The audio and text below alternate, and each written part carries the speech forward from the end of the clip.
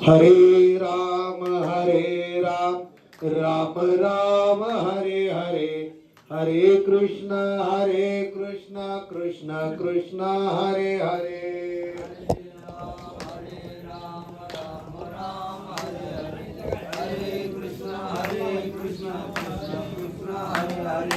हरे राम राम राम हरे हरे, हरे कृष्ण कृष्ण कृष्ण हरे हरे।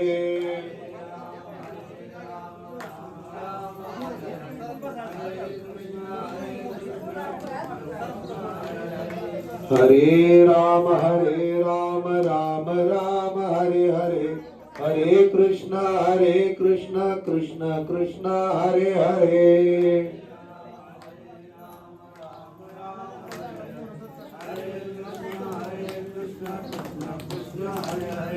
हरे राम राम राम हरे हरे, हरे कृष्ण कृष्ण कृष्ण हरे हरे।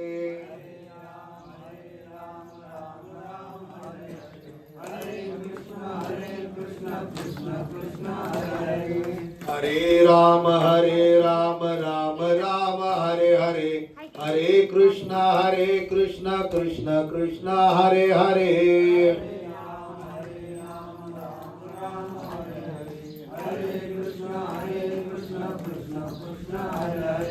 हरे राम राम राम हरे हरे, हरे कृष्ण कृष्ण कृष्ण हरे हरे।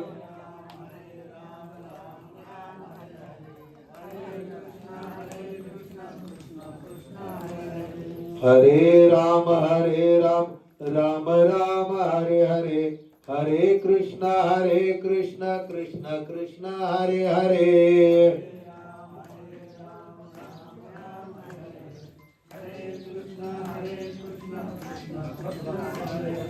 हरे राम राम राम हरे हरे, हरे कृष्ण कृष्ण कृष्ण हरे हरे।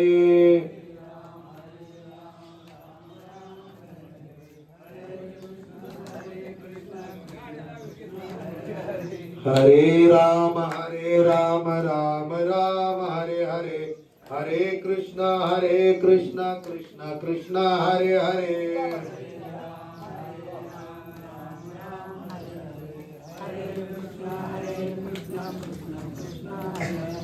कुंडलीक वरदेवार विठ्ठल श्री ज्ञानदेव तुकाराम पंढरीनाथ भगवान की जय, माऊली ज्ञानेश्वर महाराज की जय, जगद्गुरु तुकाराम महाराज की जय, उत्तरेश्वर भगवान की जय, सच्चिदानंद श्रीपाद भगवान की जय, अवधूत चिंतन श्री गुरुदेव दत्त सब संतन की जय।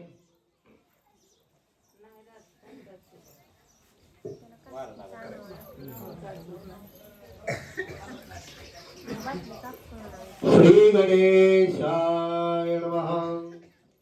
मी जेणे जेणे अवसरे जे जे होऊनी अवतरे, ते सकल ही स्मरे धनुर्धरा। आज गोमाता मंदिर केम या ठिकाणी कैलासवासी स्वर्गीय पार्वती दत्तात्रय तळेकर या मातेच्या 4थ्या पुण्यस्मरणानिमित्त आज आपण या ठिकाणी एकत्रित जमलेलो आहोत। या मातेची जी मुलं आहेत, पांडुरंग दत्तात्रय तळेकर, ज्ञानदेव दत्तात्रय तळेकर, दशरथ दत्तात्रय तळेकर, परमेश्वर दत्तात्रय तळेकर, चांगदेव दत्तात्रय तळेकर व 5 ही मुलं, 5 सुना, 7 नातू, 5 नाती, 19 पंतू, बरं का, 19 पंतू, इतका मोठा परिवार आहे। या परिवारानं आयोजित केलेला हा कार्यक्रम आणि त्या निमित्तानं तुम्हाला सारख्या संत सज्जनाचं किंबहुना ब्रह्मवृंदाचं दर्शन या ठिकाणी घडत आहे. मी माझं या ठिकाणी महत्त्वाचे समजतो. तुम्हासारख्या संत सज्जनाच्या सेवेसाठी किंबहुना चिंतनासाठी जी ओवी आपण निवडत आहोत, ती ओवी अलंकापूर निवासी असणारे ज्ञानियांचे राजे जग ज्यांना माऊली म्हणत बर का, त्या ज्ञानदादाची जी ज्ञानेश्वरी हा दिव्य भव्य ग्रंथ आहे, या ग्रंथातील ही ओवी आपण चिंतनासाठी निवडत आहोत. या ओवीमध्ये वास्तविक पाहता भगवान श्रीकृष्ण परमात्मा अर्जुनाला सांगतात, हे अर्जुना, मी अवतार कार्याला येत असतो बर का. ज्या ज्या वेळेला धर्माला विकृत स्वरूपाचं वळण लागतं त्या त्या वेळेला मला अवताराला यावं लागतं. आता आपण सुद्धा भगवंताची लेकरं आहोत, महत्वाचा विषय. आता काही जण त्याच्या स्वस्वरूपाची ओळख करून घेतात बर का, आणि काही जण ओळख विसरून जातात. लक्षात घ्या. पण ही ओवी सांगते की भगवंत म्हणतात, मी ज्या ज्या वेळेला अवतार कार्याला येतोय, जे जे अवतार मी घेतोय, त्या सगळ्या अवताराचं स्मरण तू केलं पाहिजे अर्जुना. म्हणण्याचा उद्देश आपली सनातन हिंदू संस्कृती आहे. मायबाप, जगामध्ये सर्वात श्रेष्ठ संस्कृती आपली संस्कृती आहे. जगाला हेवा वाटतोय आपल्या संस्कृतीच्या. अशा हिंदू संस्कृतीमध्ये आपला जन्म झालाय. खरंच आपण अतिशय आणि भाग्यवान महात्मे आहोत. आपल्या आई वडिलांची फार मोठी पुण्याई आहे. कोणत्याही कारणाशिवाय कारण खरं नसतंय. आई वडिलांची फार मोठी पुण्याई आहे. म्हणून आम्ही भारत भूमीमध्ये, पवित्र देशामध्ये, पवित्र कुळामध्ये आम्ही जन्माला आलेलो आहोत. आणि मायबाप हो, ज्यांनी आमच्यावरती हे ऋण करून ठेवलेलं आहे, त्या ऋणातून आम्ही कधीच मोकळं होऊ शकत नाही. लक्षात घ्या. शास्त्र सांगतंय, अरे तुम्ही काही करा, पण आई वडिलाच्या ऋणातून तुम्ही मुक्तच होऊ शकत नाही. एवढे ऋण त्यांचे आपल्यावर आहे. मग या ऋणाची आठवण आम्हाला राहावी. आमच्यावरती त्या मातेचा, त्या वडिलाचा जीवन रूपी या कागदावरती पेपर वेट रूपी प्रेशर राहावा, दबाव राहावा, जेणेकरून आम्ही जीवन जगत असताना, विनोदाचा भाग आहे का, 5 मुलं 5 सुना आणि नातू किती सांगितले बाबा, 7 नातू 5 नाती, म्हणजे ही 12 झाली आणि 19 पंतू सांगितले. लक्षात घ्या. ही सर्व जण म्हणण्याचा उद्देश, आम्ही यांच्या ऋणात राहू आणि ते ऋणात आम्हाला त्यांची आठवण येण्यासाठी आम्ही त्यांची पुण्यतिथी करतो. सांगायचा उद्देश, असे जे महात्मे असतात ना मायबाप हो, यांच्यामुळे त्या तिथीला पुण्य मिळतंय. लक्षात घ्या. मी असं म्हणतोय, जबाबदारीने बोलतोय. या अशा महात्म्यामुळं अहो किती निरागस जीवन जगली ही माऊली. माझा बऱ्याच वेळा यांना बोलण्याचाही योग आला. वय वर्ष 84. मायबाप हो, कधीच दवाखाना मला तर आठवत नाही यांनी दवाखाना केलाय म्हणून. लक्षात घ्या. स्वानंदी जीवन. अरे जीवन जगायचं कसं जगायचं, आपल्या आनंदात जीवन जगायचं बर का. जनक राजासारखं, विधेय अवस्थेत असल्यासारखं, तर आनंदाचे लाडू खायचे, नुसतं ताला सुरातच गायलं मायबाप हो, म्हणजे फार मोठं आम्हाला येत असं नाही. लक्षात घ्या. त्याची अनुभूती आम्हाला येणं सर्वात महत्वाचं आहे. नुसतं आम्ही म्हणतो माझी मज झाली अनावरवाच्या, कशानं झाली, छंद या नामाचा घेत, त्याच्यामुळे अनावर वाचा झाली आमची. अशी अनावर वाचा किंवा अनावर देह या माऊलीचा होता. निरागस वृत्ती लक्षात घ्या. निरागस वृत्तीनं जीवन जगलेले हे महात्मे आहे, पुण्यात्मे आहे. आणि यांच्या ऋणातून मुक्त होण्यासाठी तळेकर परिवाराने हा कार्यक्रम सर्व बंधूंनी, सर्व सुनानी, नातूनी, पंतूनी सर्वांनी अतिशय खेळीमेळीच्या वातावरणामध्ये या ठिकाणी आयोजित केलेला. लक्षात घ्या, आपण ज्या ठिकाणी बसलेलो आहे हे गोमाता मंदिर आहे. गोमाता मंदिराविषयी जर मी बोलत बसलो तर माझा वेळ सगळा इकडच जाईल. लक्षात घ्या. अरे गाई गुरांचं रक्षण करणारे बाबानो, हे भगवान श्रीकृष्ण परमात्म्याने सांगितलं. ते गोपाळ झाले, गोपाळ जगाचा बाप, वैकुंठीचा राणा गोपाळ झाला रे गोपाळ. आणि त्यानं गाई गुरं राखली बर का. एवढंच नाही, त्या जगाच्या बापानं मुख्या प्राण्यावरती दया करा म्हणून मेंढर सुद्धा राखली बाळूमामाच्या रूपात. लक्षात घ्या. कोणतंच काम हलक्या दर्जाचं मानू नका, हा संदेश भगवंतांनी त्या ठिकाणी दिलेला आहे. लक्षात घ्या. आणि अशा गोमाता मंदिरामध्ये आज आपल्याला या ठिकाणी चिंतन करायचं आहे. वास्तविक पाहता माय बापू, तुम्हाला मी नेहमी सांगतो, काही असू द्या, आपण हिंदू म्हणून जन्माला आलोय. खेदानं सांगावंसं वाटतं, आपली हिंदू संस्कृती काही दुष्ट प्रवृत्तीचे लोक हिला कालबोट लावून पाहताय. मला परवा फार आवडलं, एका महाराजांनी सांगितलं आमच्या केम मध्ये बर का, दादा आज मला सुद्धा अंतरार्थी दादाची इथं दहशत आहे. कारण इतके ज्ञानी गुणी वयोवृद्ध ज्ञानवृद्ध महात्मे आपल्या समोर बसले आणि यांच्या समोर बोलायचं धाडस आपणाला करायचं म्हणजे सूर्यापुढे काजव्यानं रुबाब दाखवायचा आहे. लक्षात घ्या. ठीक आहे. तो महात्मा काय म्हणाला दादा, की जगामध्ये असे देश आहे, देशामध्ये भांडण लावायचं काम कोणता देश करतो तर तो अमेरिका करतो बर का. प्रगती कशी करायची असते तर हे रशिया करून शिकावं म्हणून सांगितलं बर का. कोणाच्या नादी न लागता आपला रुबाब. आणि कुठाने कसे करायचे, दुसऱ्याला जगू नाही द्यायचं, ते आनंदाने जगतंय तिथं बिबट टाकायचे, पाकिस्तान कडून शिकावं. लक्षात.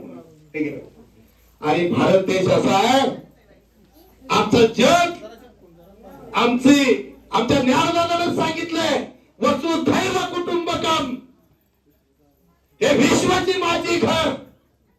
हे ज्ञानदादाने ज्ञानेश्वरीत सांगितलंय. घर घर आई, घर घर बाप अशी मानणारी आमची संस्कृती आहे. आणि अशा संस्कृतीत आपण जन्माला आलोय. आणि आल्यानंतर आपल्या संस्कृतीची काही आद्य कर्तव्य आहेत ती आपण पाहिलीच पाहिजे. लक्षात घ्या.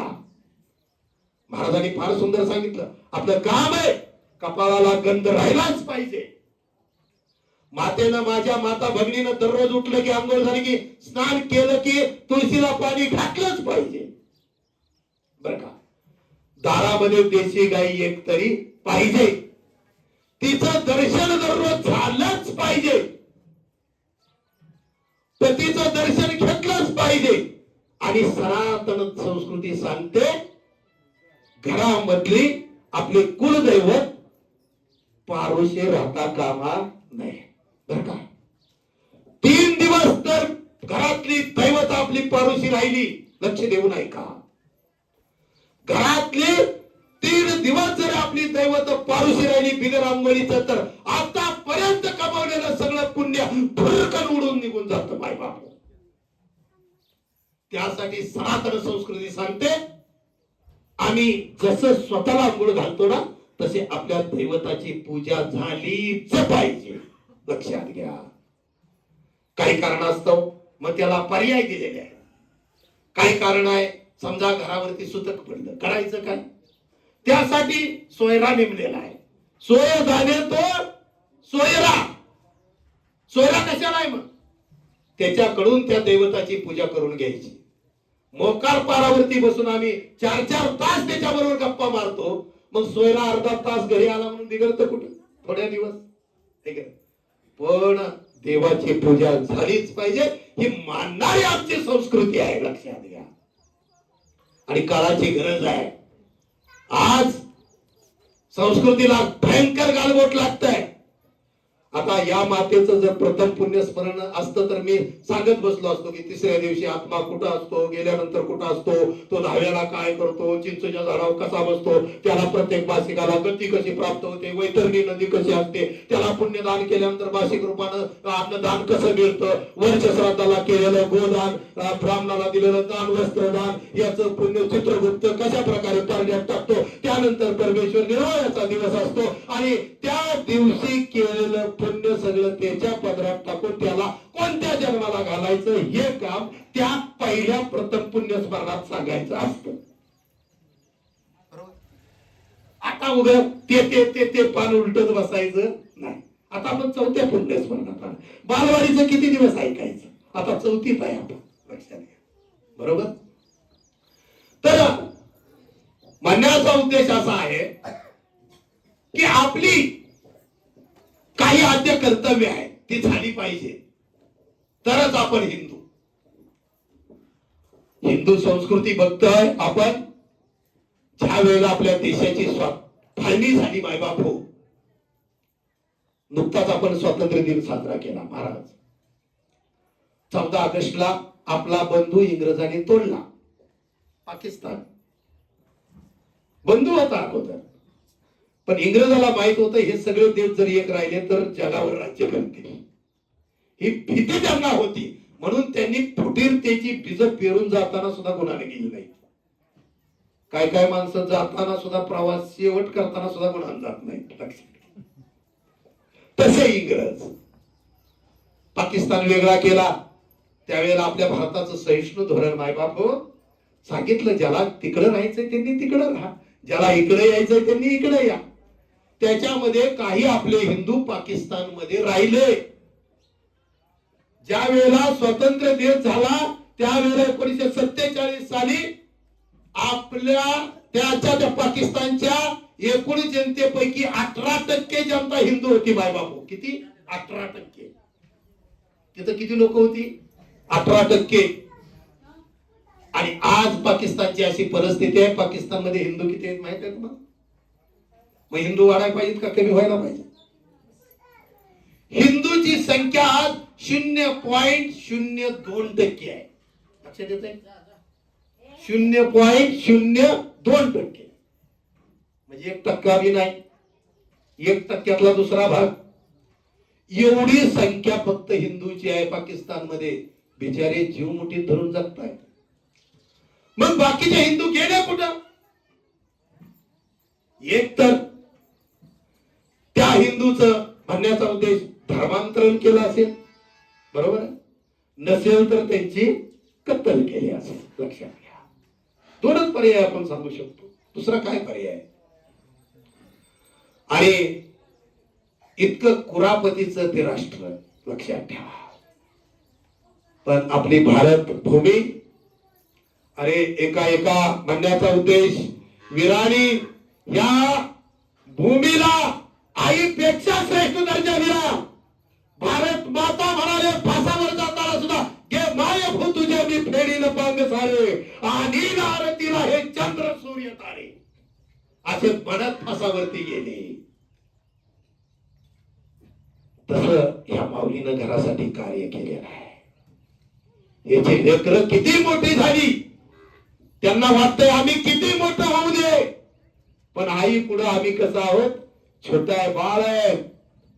ठीक नाही म्हणण्याचा उद्देश, आई तुझ्या पुढे बी आहे अजून ताना, शब्दात सोड माझ्या आता हळूच पाना. प्रेम पाना मला तू पाजलेला आहे आणि तो प्रेम पाना म्हणण्याचा उद्देश, आई तुझ्या त्या दुधाची ताकद आहे ना, अमृताची ताकद, ती ताकद आम्हाला आजपर्यंत उभारी देते आहे. आज आम्ही हे काम करतोय म्हणजे ती ताकद उभारी देते आहे. त्या माऊलीनं प्रत्येक माऊली आपल्या लाडक्या छकुल्यासाठी, बाळासाठी आपण नुसतं म्हणतो रक्ताची पाणी करते, हाडाची काढ करते, पण शास्त्र सांगतंय दुधाचा एक थेंब बनायचा म्हटलं तर रक्ताचे 33 थेंब जाळावे लागतात. लक्ष देत आहे? रक्ताचे 33 थेंब जाळून दुधाचा एक थेंब तयार होतोय शास्त्र म्हणताय. असं माऊलीनं आमच्या किती रक्ताचं थेंब जाळले असतील आणि आम्हाला ते प्रेम पाना पाजला असेल. इतकं उपकार त्या माऊलीचा आहेत आमच्यावरती आणि तिची ती आठवण राहण्यासाठी म्हणून आज हा कार्यक्रम आहे. लक्षात घ्या. वास्तविक पाहता आई वडील गेल्यानंतर जीवन सैरभैर होतं. ही अनुभूती प्रत्येकाला आहे. अरे महर्षी व्यास महर्षी लक्षात घ्या.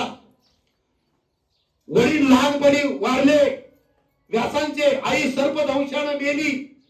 अनाथ झालेले व्यास महर्षी वेडे पिसे होऊन जंगलात फिरत होते.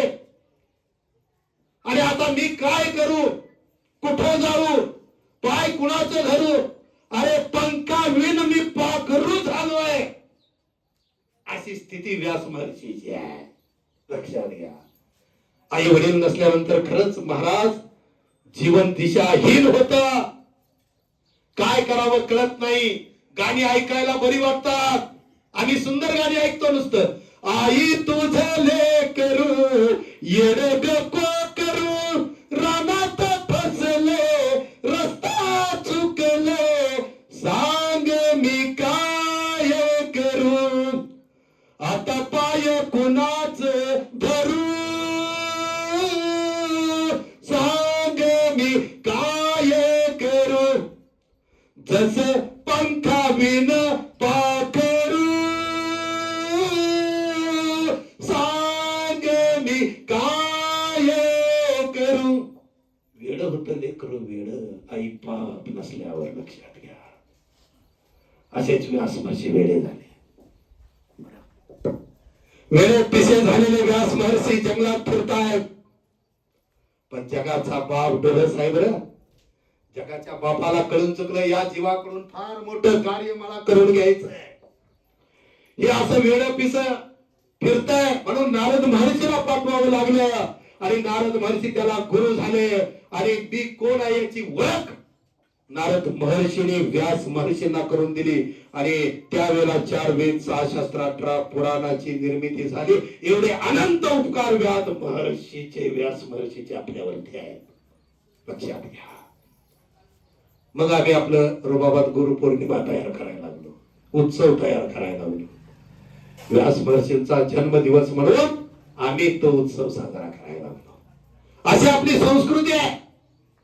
अरे ही संस्कृती सांगते काय तू बेट्या किती मोठा हो, पण आईच्या ऋणातून तू मोकळा होऊ शकत नाही. एवढे उपकार आहे तिचे म्हणण्याचा उद्देश. अरे गायीकडे पहा. आता ह्या गोमाता मंदिरातल्या गायी आहेत त्या सोडून, पण रानगाईचं वनगाईचं वैशिष्ट्य सांगू तुम्हाला. वनगाई व्याली तर तिथेचा झाड काय करते माहित आहे का? काय करते झाड? तर ते झाड खाते बर का. वनगाई स्वतः शाकाहारी गाई असून ती लेकरासाठी तो झाड खाऊन टाकते. का खाते? शास्त्रकारानं सांगितलं त्या वनगाईला माहित आहे हे माझं गोंडस लेकरू जन्माला आलंय आणि हा झाड ही घाण जर थोड्या 2-3 दिवसात कुजली, याचा वास सुटला तर जंगली सावजर हिंस्र प्राणी इथं येतील, वाघ सिंह येईल वासानं आणि माझ्या छकुल्याला पळा यायचं नाही, त्याला खाऊन टाकेल. म्हणून त्या मातेला, त्या वनगाईला हात पायानं तो झाड पुरता येत नाही म्हणून ती खाते. कळलं का? लेकरासाठी आई काय करते आणि काय सांगावं. कळलं? अरे शाकाहारी आई लेकरासाठी मांसाहारी बनली रे. जनावर आपण तर उभ्या योनीतले प्राणी आहे, आडव्या योनीतले नाही. ते ज्ञान, विशेष ज्ञान या योनीला माहित आहे. याला याच्या स्वस्वरूपाची ओळख आहे. फक्त काही कारणास्तव त्याच्यावरती, ज्ञानावरती एक पडळ साचलं गेलेलं आहे. ते पडळ बाजूला काढण्यासाठी त्या जीवानं फक्त गुरुकडे गेलं पाहिजे. लक्षात घ्या. शास्त्र सांगतंय गुरुचे 4 प्रकार: गुरु, श्री गुरु, सद्गुरु, जगद्गुरु. बर का, आता एवढं मी सांगत बसत नाही. थोडक्यात तरी सांगायचं, गुरु म्हणजे काय? ज्याच्याकडून जीव चांगलं वाईट विचार स्वीकारतो तो त्याचा गुरु असतो. माऊलीला जगानं श्री गुरु म्हटलंय. श्री गुरु सारखा असता पाठी राखा. इतराचा लेखा कोण करी, इतराचा लेखा.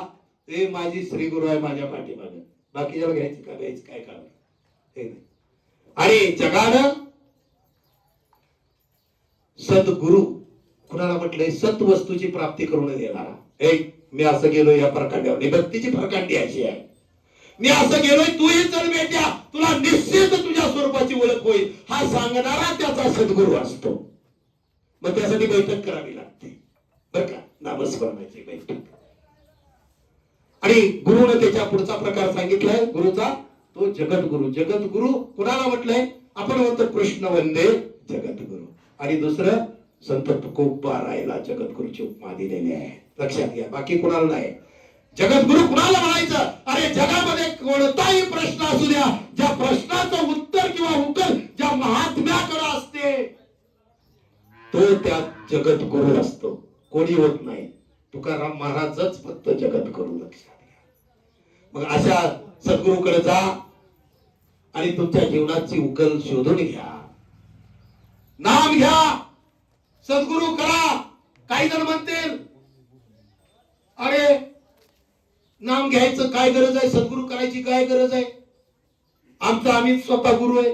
असं जमत नाही. अरे वैकुंठीचा राणा भगवान श्रीकृष्ण परमात्मा, विष्णू भगवंत यांनी सुद्धा मृत्यू लोकात आल्यानंतर इथल्या लोकांमध्ये ढवळाढवळ केली नाही. मृत्यू लोकाचा वसूल आहे, नियम आहे, त्या नियमाने ते वागले.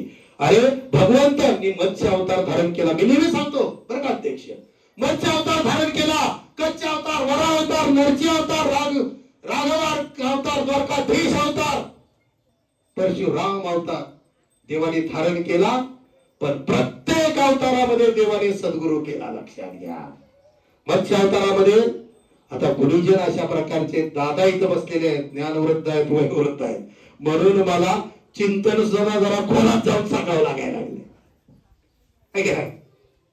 पुढचं श्रोतू जर तसे असेल तर आपणही तसंच बोललं पाहिजे. उगाच ही व्यासपीठ आहे हो, हे काय ज्वारी बाजरी मक्याचं गव्हाचं पीठ आहे?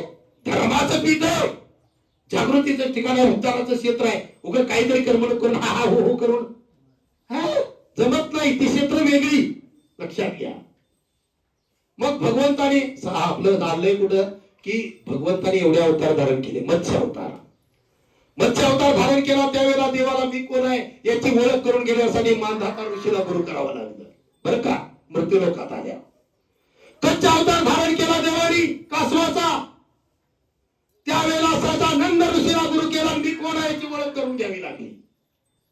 वरा अवतार धारण केला पृथ्वी रसातळाला चालल्यानंतर, त्यावेळेला मी कोण आहे याची ओळख करून घेण्यासाठी कंक ऋषीला गुरु करावं लागलं वरा अवतारामध्ये. नरसी अवतार धारण केला फक्त प्रल्हादासाठी बर का. नरसी अवतार धारण केला, खांबातूनच बाबा बाहेर आला. त्यावेळेला मी कोण आहे याची ओळख करून घेण्यासाठी दुर्वास ऋषीला गुरु करावं लागलं. लक्षात घ्या. आणि परशुराम अवतार धारण केला पृथ्वी निक्षत्रिय करून.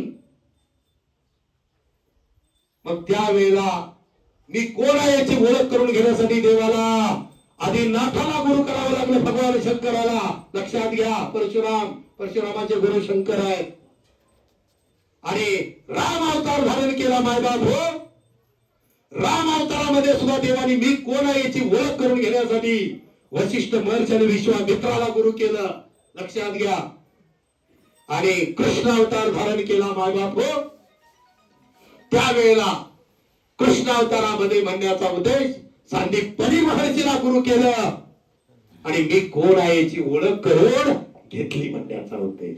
ठीक आहे. म्हणजे मृत्यू लोकामध्ये आल्यानंतर भगवंताने स्वतःच्या स्वस्वरूपाची ओळख करून घेण्यासाठी स्वतः गुरु केलं. इथं मृत्यू लोकामध्ये ढवळाढवळ केली नाही बर का. मला सांगतो मायबाप हो, मग आपण कुठल्या आविर्भावात वाढायचं? काही म्हणतात आम्हाला गुरुची गरज नाही. नसू द्या, चांगली गोष्ट आहे, पण दुसऱ्याला बिघडवू नका. बरोबर आहे. हा म्हणण्याचा उद्देश असा आहे की काही असू द्या, भगवंत ज्या ज्या वेळेला अवतार करायला आले त्या त्या वेळेला सद्गुरु केला आणि स्वस्वरूपाची ओळख केली. तसं आपण सुद्धा त्या भगवंताची लेकरं आहोत. बरोबर आहे. त्या भगवंताची लेकरं आहोत. आपण सुद्धा आपली ओळख विसरता कामा नये. मग नुसतंच म्हणायचं विसरली तया थोर झाली हानी पचतील योनी 84च्या पचतील योनी 84च्या. विसरल्यावर पुनरपी जननम पुनरपी मरण. भयंकर हानी होते विसरल्यानंतर.